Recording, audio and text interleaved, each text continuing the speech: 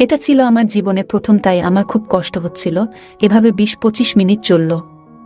সে আমাকে বলছিল, তুমি তো তোমার আপুর চেয়েও অনেক বেশি টেস্টি। হ্যালো বন্ধুরা, আজ আমি তোমাদের জন্য নতুন ভিডিও নিয়ে এলাম। আজকের ভিডিও পুরো দেখলে সবার টুনটুনি দাঁড়িয়ে যাবে। এই রকম আরও নতুন নতুন ভিডিও পেতে আমাদের ইনস্টাগ্রামে যান। বন্ধুরা, আজকে আমি বলবো কিভাবে আমার দুলাভাই আমাকে জোর করে কিভাবে কি করেছিল।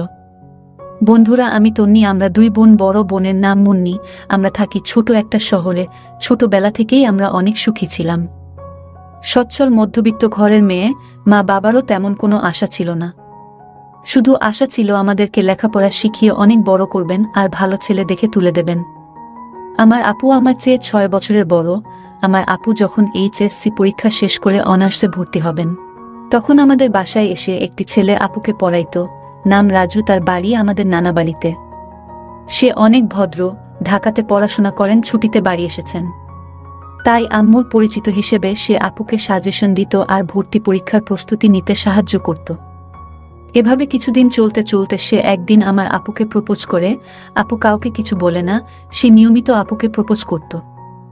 ধীরে ধীরে আপু তার প্রতি দুর্বল হয়ে পড়ে। আপু তার কথা বাসাতে বলে দেয়। রাজু ভাইয়ার সাথে কথা বলে। পরে আমার ফ্যামিলি তাকে পছন্দ করে। তাই আপু বাধাহীনভাবে তার সাথে চুটিয়ে প্রেম করতে থাকে। আপু ভর্তি হয় ইডেনে। ঢাকাতে আপুর লেখাপড়া আর প্রেম বেশ ভালোই চলছিল। আমি দেখতে দেখতে এইচএসসি শেষ করি। এবার আমার ভর্তি হবার পালা। আমার প্রিপারেশন একদম খারাপ ছিল না। তারপরও কয়েক জায়গায় ট্রাই করব সিদ্ধান্ত নেই। সে কারণে ঢাকার কাছাকাছি একটি শিক্ষা প্রতিষ্ঠানে ভর্তি ফরম কিনি। কিন্তু যেদিন আমার ভর্তি পরীক্ষা ছিল সেদিন আবার আপুর একটি পরীক্ষা আছে।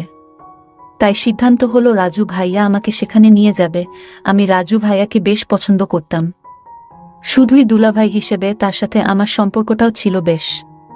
সে আমার সাথে অনেক দুষ্টামি করত, আমিও করতাম। আমি তার থেকে কম হলেও ১২ কি ১৩ বছরের ছোট। তাই তার সাথে যেতেই রাজি হয়ে যাই। নির্দিষ্ট দিনে আমি আর রাজু ভাইয়া গেলাম। সময় মতো আমি গেলাম পরীক্ষা দিতে। রাজু ভাইয়া আমার জন্য বাহিরে অপেক্ষা করছেন। আমি পরীক্ষা দিয়ে বের হলাম। আমাদের ওইখানের সব কাজ শেষ হয়ে গেল। তখন শেষ বিকাল। রাজু ভাইয়া আমাকে বলল, চলো তন্নি, আমরা আগে একটা হোটেলে গিয়ে ফ্রেশ হই, তারপর খাওয়া দাওয়া করে যাব। আমি যদিও তখন তেমন কোনো ক্লান্ত ছিলাম না আর ক্ষুধাও তেমন ছিল না। তারপর সে হয়তো ক্লান্ত আর ক্ষুধার্ত ভেবে রাজি হলাম। সে আমাকে একটি আবাসিক হোটেলে নিয়ে গেল।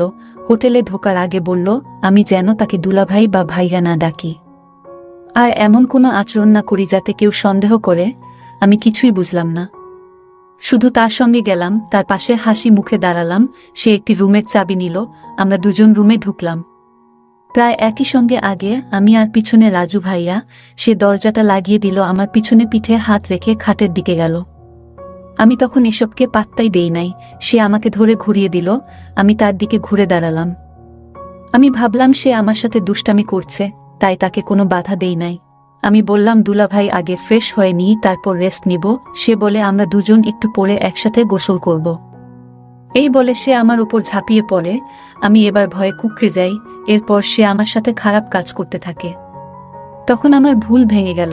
এই সময়টাতে আমি তাকে বাধা দেই, কিন্তু ব্যর্থ হই। তখনই বুঝি আজ এই ছেলের হাত থেকে আমার নিস্তার নাই। এখানে ওকে আমার সব দিতে হবে। তারপরও চেষ্টা করে যায় নিজেকে বাঁচাবার, কিন্তু আমার শক্তি ওর শক্তির সাথে পেরে ওঠে না। সে আমার সাথে খারাপ কাজ করতে করতে বলে, তুমি আমার শালি। শালি মানে তো ছোট গিন্নি, মানে ছোট বউ। তোমার আপুর কাছ থেকে যা পাবো তা আমি তোমার কাছ থেকেও পাবো, এটাই নিয়ম। সে আমার সাথে খারাপ কাজ করায় আমি কেঁদে ফেলি। তারপর আমাকে ছাড়ে না। আমি বুঝতে পারি তার হাত থেকে আমার বাঁচার কোনো উপায় নেই। এটা ছিল আমার জীবনে প্রথম, তাই আমার খুব কষ্ট হচ্ছিল। এভাবে ২০-২৫ মিনিট চলল। সে আমাকে বলছিল, তুমি তো তোমার আপুর চেয়েও অনেক বেশি টেস্টি। আমাকে তার পুরোপুরি ভোগ করা হয়ে গেলে সে আমার সেবা শুরু করে দিল। অনেকক্ষণ পরে আমি সুস্থ হলাম। সে আমাকে বাথরুমে নিয়ে গেল, শাওয়ার ছেড়ে গোসল করিয়ে দিল। এরপর এক হোটেলে নিয়ে গেল খাওয়াতে, কিন্তু আমি খেলাম না। আমি কিছুই চিনি না, তাই বাধ্য হয়েই তার সাথে আমাকে ফিরতে হলো। ফেরার পথে আমি ভাবছিলাম ফিরে গিয়ে আপুকে সব বলবো, কিন্তু মনে মনে ভাবলাম আপু সব শুনলে অনেক কষ্ট পাবে। আর আমার আপুর কিছুই নেই, সবই ওই লম্পট অনেক আগে থেকেই ভোগ করে আসছে। এখন আপুকে বিয়ে করলে হয়। আর আমি যা হারিয়েছি তা তো আর কোনোদিনই ফিরে পাবো না। বরং এর প্রভাব অনেক বেশি খারাপ হতে পারে। আমার আব্বু এসব কথা শুনলে নিশ্চিত হার্ট ফেল করবেন। যখন আমার ভর্তি পরীক্ষার রেজাল্ট দিল, তখন আমি জানলাম আমি ওখানে চান্স পেয়েছি।